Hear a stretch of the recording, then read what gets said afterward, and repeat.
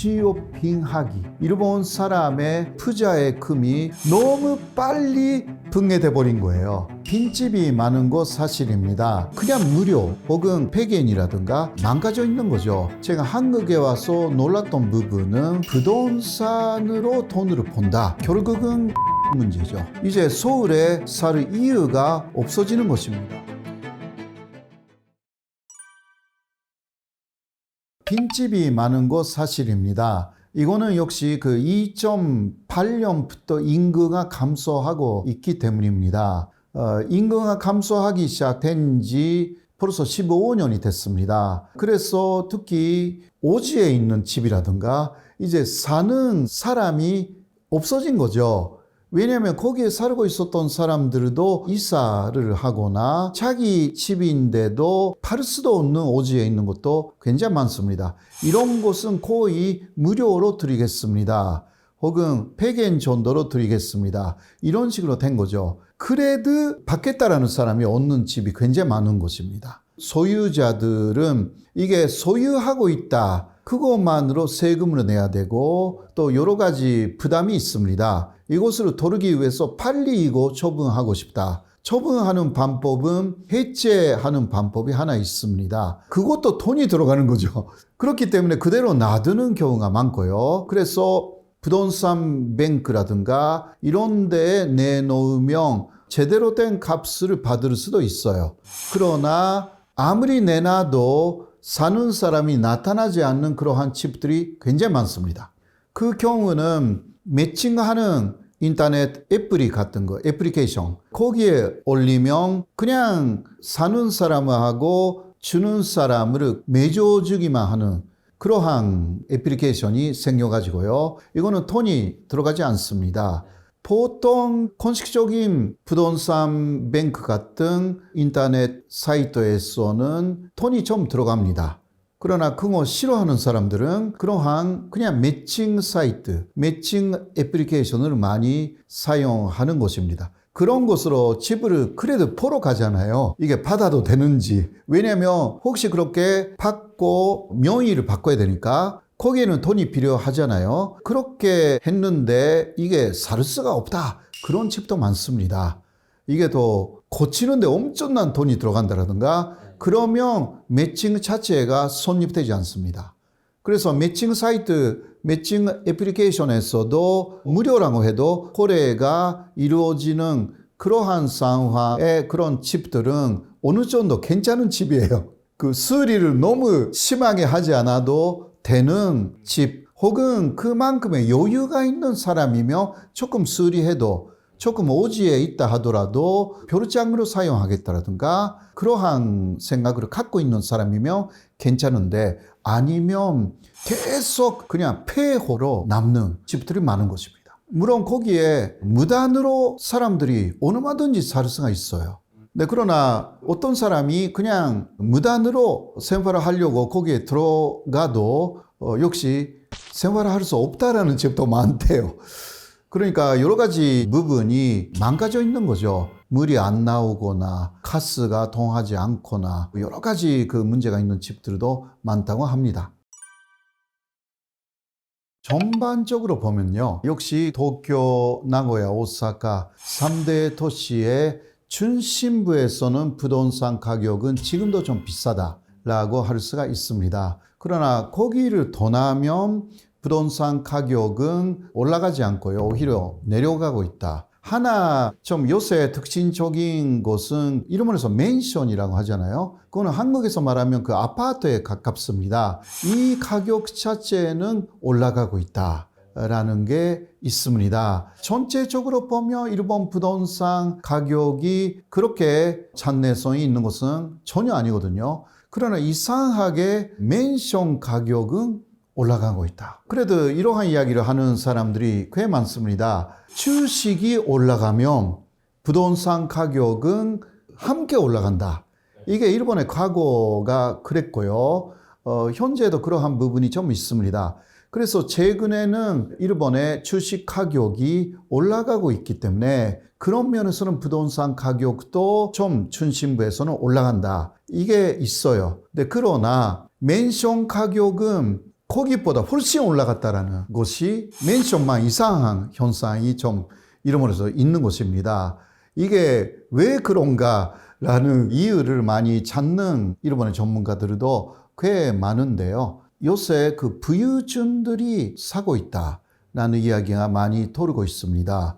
그래서 일본도 한국의 IMF의 기간이 일본에서 경제적으로 계속 성장을 못했지 않습니까? 그래서 그 사이에 양극화, 그러니까 돈이 있는 사람은 있고 없는 사람은 없고, 일본에서 돈이 있는 사람을 일본말로 가치금이 이긴조 이렇게 말하고요. 진짜 돈이 없는 사람들을 친조, 그러니까 막해금이 패배한조, 이런 식으로 해서 양극화가 굉장히 심해졌어요. 전체적으로 일본 경제가 하강하고 있지만 돈이 있는 사람은 어디서나 있는 법이고, 이런 사람들이 또 생각하는 것은 세금 대책입니다. 일본에서는 오히려 부동산을 보유하고 있으면 세금 대책이 한국보다 훨씬 좋다고 합니다. 그래서 현금을 갖고 있는 것보다 부동산을 갖고 있는 것이 더 산속할 때도 세금을 적게 내는 게 일본입니다. 이러한 부분에 혜택이 있어가지고 그것을 노리고 부유층들이 오히려 부동산을 현금보다 훨씬 낫다. 바로 세금 대책 때문에. 이거는 한국하고 일본의 세금 부분의 규정이 좀 다르기 때문에 이렇게 이루어지는 그러한 내용이다 라고 할 수가 있고요. 그리고 또 요새는 외국인들이, 특히 중국 사람들이 일본의 부동산을 굉장히 많이 샀다라는 이야기도 나와 있습니다. 중국은 지금 경제적으로 좀 어려워졌잖아요. 중국도 부동산 버블이 터졌습니다. 그래서 그 문제가 지금 되기 시작했는데, 그래도 조금 전까지는 일본의 부동산을 보러 오는 외국인 중에 가장 많은 사람들이 중국 사람이었습니다. 그러니까 일본 사람들이 아닌 사람들이 특히 여러 가지 면에서 편리한 맨션을 구입하고 있는 가능성이 충분히 있다라고 할 수가 있습니다. 일본의 전체 부동산 가격은 1990년에 그때는 바블이 재고적으로 갔지 않습니까? 현재는 그때의 2분의 1 정도의 가격입니다. 일본의 전체적인 토지 그리고 부동산 가격을 합해서 당시는 특히 도쿄의 집값, 부동산 값만으로 미국 전체를 살 수가 있는 그러한 상황이었는데, 그 이후에 바블이 붕괴돼가지고요. 지금은 그때 50% 수준. 조금 회복됐다라고 해도 그 수준이 돼버린 것입니다.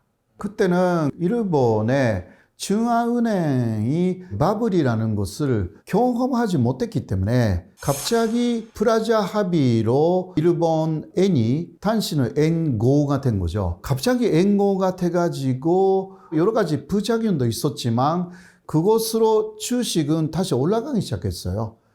처음은 엔고 때문에 여러 가지 그 수출이 잘 안 됐는데, 그때 일본의 기술 수준이 높았기 때문에 다시 회복을 합니다. 그래서 주식도 올라가고 부동산도 올라갔습니다.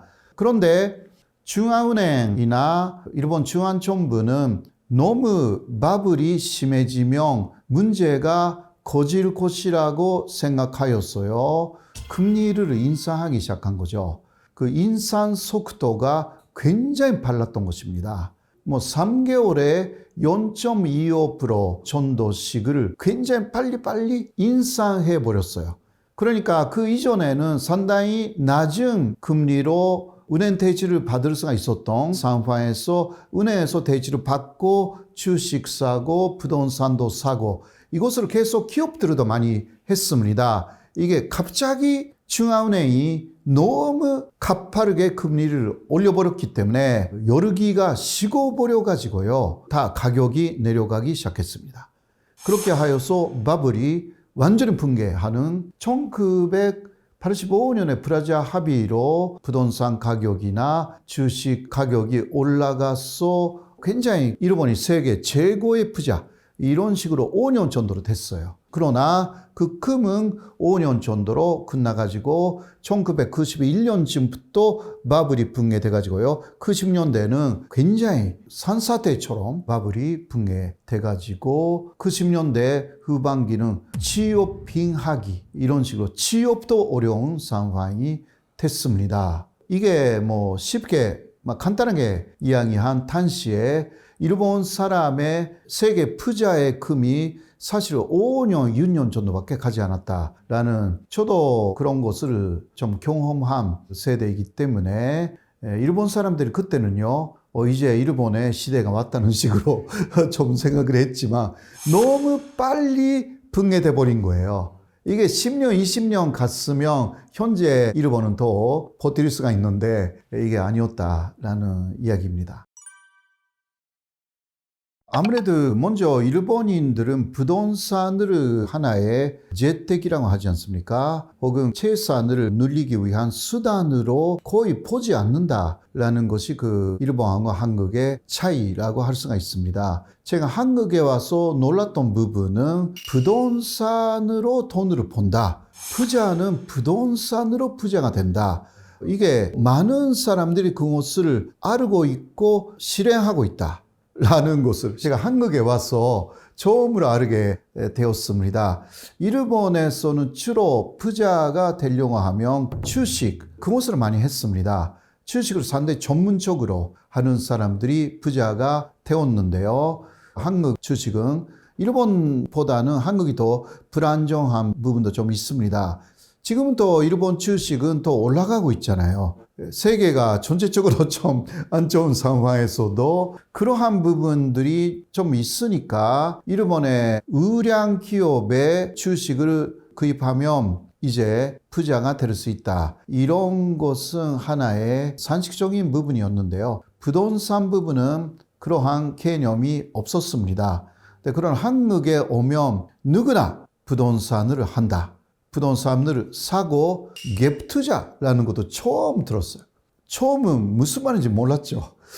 그런데 한국에서는 갭 투자를 하여서 그것을 사고 파르고 차익을 챙긴다라는 부분. 일본에서 이런 게 거의 성립되지 않는다라고 할 수가 있습니다. 물론 아까 이야기한 도쿄의 그 한복방의 부동산에서는 그거 어느 정도 가능하다라고 해도 그거는 부유층들이 다 사가는 정도의 처음부터 비싸요.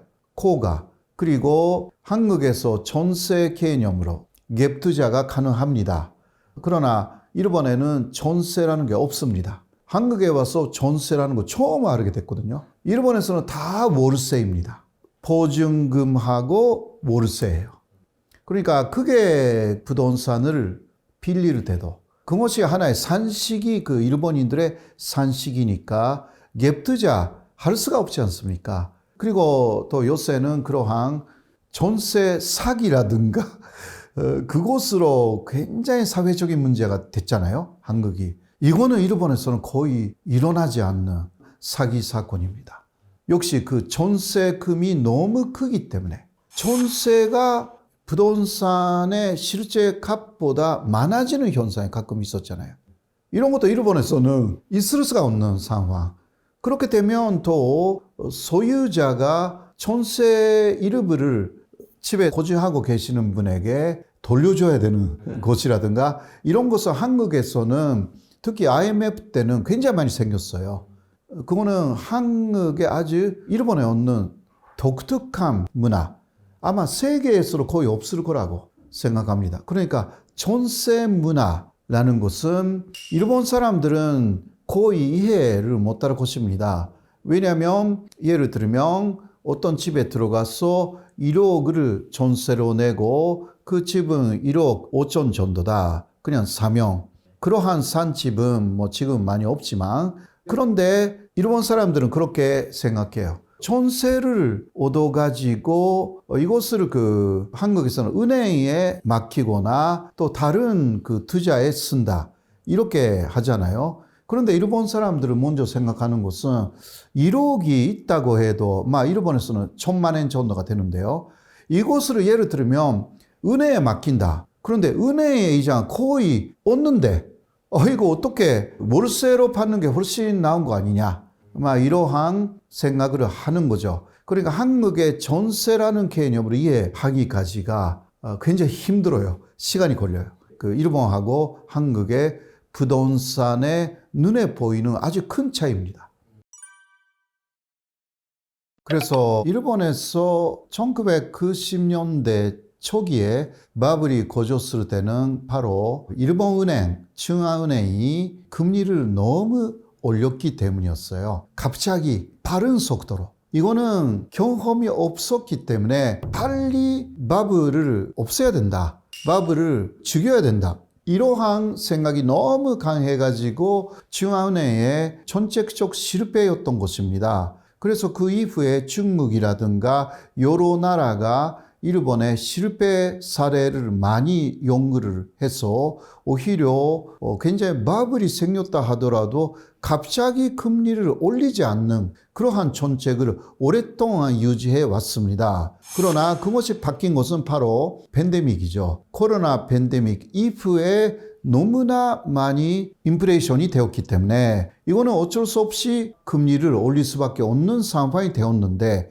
이거는 아주 어떤 면에서는 특수한 상황이죠. 그러나 그 이전에는 금리를 되도록 올리지 않는 것이 일본으로 보면서 세계가 배웠습니다. 그러한 상황이었죠. 자, 탄신은 그랬어요. 앞으로 부동산 값이 아주 떨어질까라는 부분인데 이거는 결국은 임금 문제죠. 사는 사람이 없어지면 바블은 꺼지는 것입니다. 바블이라기보다 가격이 떨어지는 법입니다. 물론 서울도 특히 강남 3구라든가요. 여기는 계속 인구가 유입된다라는 이야기가 있습니다. 거기에 살고 싶어서 그러니까 거기는 많이 꺼지지 않는다라고 좀 전망할 수가 있습니다. 그러나 정부가 여러 가지 좋은 대책을 마련해가지고 예를 들면 서울보다 조금 떨어져 있는 외곽 지역이라도 이거 신도시라고 하잖아요.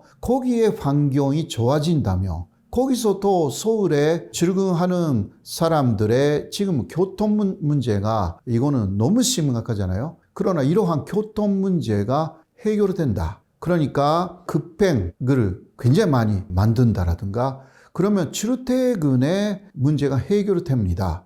그리고 서울에 있는 여러 가지 인프라가 지방에도 만들어진다. 그러한 시대가 온다면 그거는 금방 오기는 좀 어렵지만 그래도 10년 후에는 그러한 인프라가 상당히 많이 갖춰진 신도시가 서울이나 주변 신도시에 등장할 수도 있다. 저는 그렇게 봅니다. 혹은 20년 후이면 확실하게 서울하고 거의 비슷한 상당히 쾌적하게 문화생활도 즐길 수가 있는 그러한 신도시들이 나오지 않을까. 그 경우는 서울의 집값이 진짜 떨어지는 거죠. 이제 서울에 살 이유가 없어지는 것입니다. 그리고 교육 정책이 어떻게 바뀔까라는 부분도 대단히 중요한 변수라고 할 수가 있습니다. 지금은 강남의 아이들을 보내야만이 거기에 학원 선생님이 좋은 선생님들이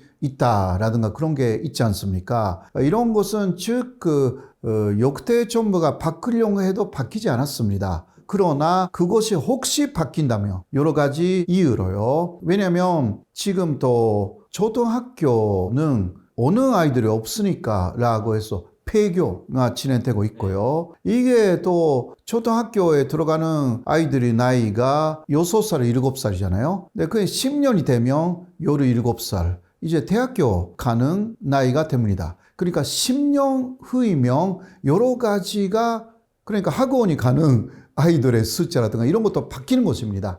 이게 서울에서 어느 정도 그 영향이 있는가라는 것은 또 다른 문제이지만 확실한 것은 앞으로 부동산은 서서히 내려갈 가능성이 있다라고 저는 보고 있는 것입니다. 물론 그거는 갑자기가 아니고요. 기본적으로는 강남을 중심으로 일단 올라가는 그러한 추세는 있다 하더라도 이게 옛날에처럼 하루아침에 1억, 2억, 3억 이렇게 올라갔지 않습니까? 이러한 시대는 거의 끝난 것이 아닌가 그렇게 보고 있습니다. IT 산업과 반도체를 전체적으로 함께 볼 생각입니다. 왜냐하면 반도체는 IT 산업을 이루는 근간이고 핵심이 되기 때문에 최근 서울에서는 물 들어왔을 때 노져야죠. 대형 평수 아파트 하나, 소형 하나, 한가 하나 바꿔도 돈이 남아. 이것만 아셔도 부동산의 가격 전망을 어느 정도 하실 수 있다.